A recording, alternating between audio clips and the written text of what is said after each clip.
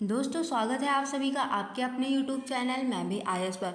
दोस्तों आज हम बात करने वाले हैं पूना पैक्ट के बारे में, क्योंकि ये क्या है, परीक्षा के लिहाज से इम्पॉर्टेंट टॉपिक है। क्योंकि हम परीक्षाओं में देखते हैं, इससे हर बार क्वेश्चन पूछे जाते हैं। कोई भी एग्जाम ले लीजिए आप, तो आज हम देखेंगे पूना पैक्ट से जितने भी इम्पोर्टेंट फैक्ट हैं उनको।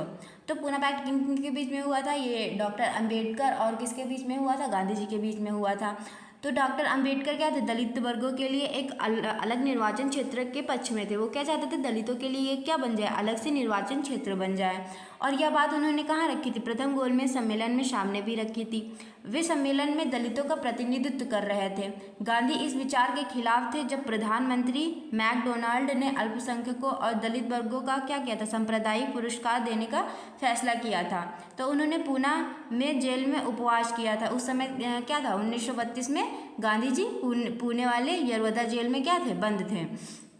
आमरण अनशन समाप्त करने के लिए जनता के दबाव के कारण डॉक्टर अंबेडकर और गांधी ने क्या किया था? पूना समझौता किया था, जिसमें प्रांतीय विधानसभाओं में दलित वर्गों के लिए आरक्षित सीटें क्या कर दी गई थी? निर्धारित कर दी गई थी, जिनके लिए चुनाव संयुक्त निर्वाचन मंडल के माध्यम से होगा। ये कब किया गया था? जब पूना समझौता हुआ था गांधी जी और अंबेडकर जी के बीच में। गांधी इस विचार के खिलाफ थे क्योंकि वे अछूतों को हिंदू धर्म के दायरे से बाहर नहीं देखना चाहते थे। अगर अलग निर्वाचन पद्धति कर दी जाती तो क्या हो जाता? वो बिल्कुल सेपरेट हो जाते हैं। प्रांतीय विधानमंडलों की कुछ सीटें दलित वर्गों के लिए आरक्षित की जाएंगी। सीटों की संख्या प्रांतीय परिषदों की कुल संख्या पर आधारित थी। प्रांतों के लिए आरक्षित सीटों की संख्या मद्रास के लिए 30 थी और पंजाब के लिए 8 थी और सिंध तथा बॉम्बे के लिए 14 थी। मध्य प्रांत के लिए 20, बिहार और उड़ीसा के लिए 18 की गई थी। बंगाल के लिए 30 थी और असम के लिए 7। संयुक्त प्रांत के लिए कितनी सीटें थी? 20 थी। तो कुल मिलाकर 147 सीटों को क्या कर दिया गया था? आरक्षित कर दिया गया था।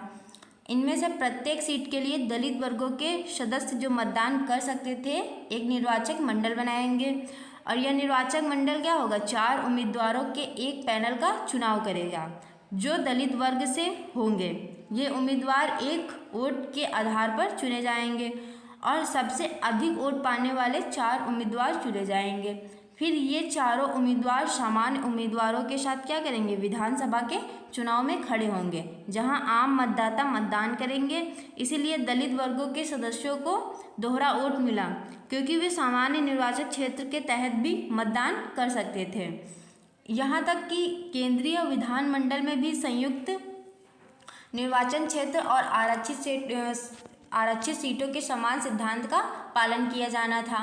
केंद्रीय विधानमंडल में 19% जो सीटें थी वो किनके लिए आरक्षित की गई थी? दलित वर्गों के लिए आरक्षित की गई थी। यह व्यवस्था कब तक जारी रही? 10 वर्षों तक। आने वाले 10 वर्षों तक क्या रही? जारी रही, जब तक कि आपसी समझौते से इसे पहले समाप्त करने की सहमति न हो जाए। दलित वर्गों का उचित प्रतिनिधित्व हर तरह से सुनिश्चित किया जाएगा। स्थानीय निकायों के चुनाव या सार्वजनिक सेवाओं की नियुक्ति के मामले में जाति के आधार पर किसी के साथ क्या किया जाएगा? भेदभाव नहीं होगा जातियों के आधार पर। शैक्षिक अनुदान में एक निश्चित राशि सभी प्रांतों में दलित वर्गों की शिक्षा के लिए क्या करी जाएगी? आवंटित करी जाएगी।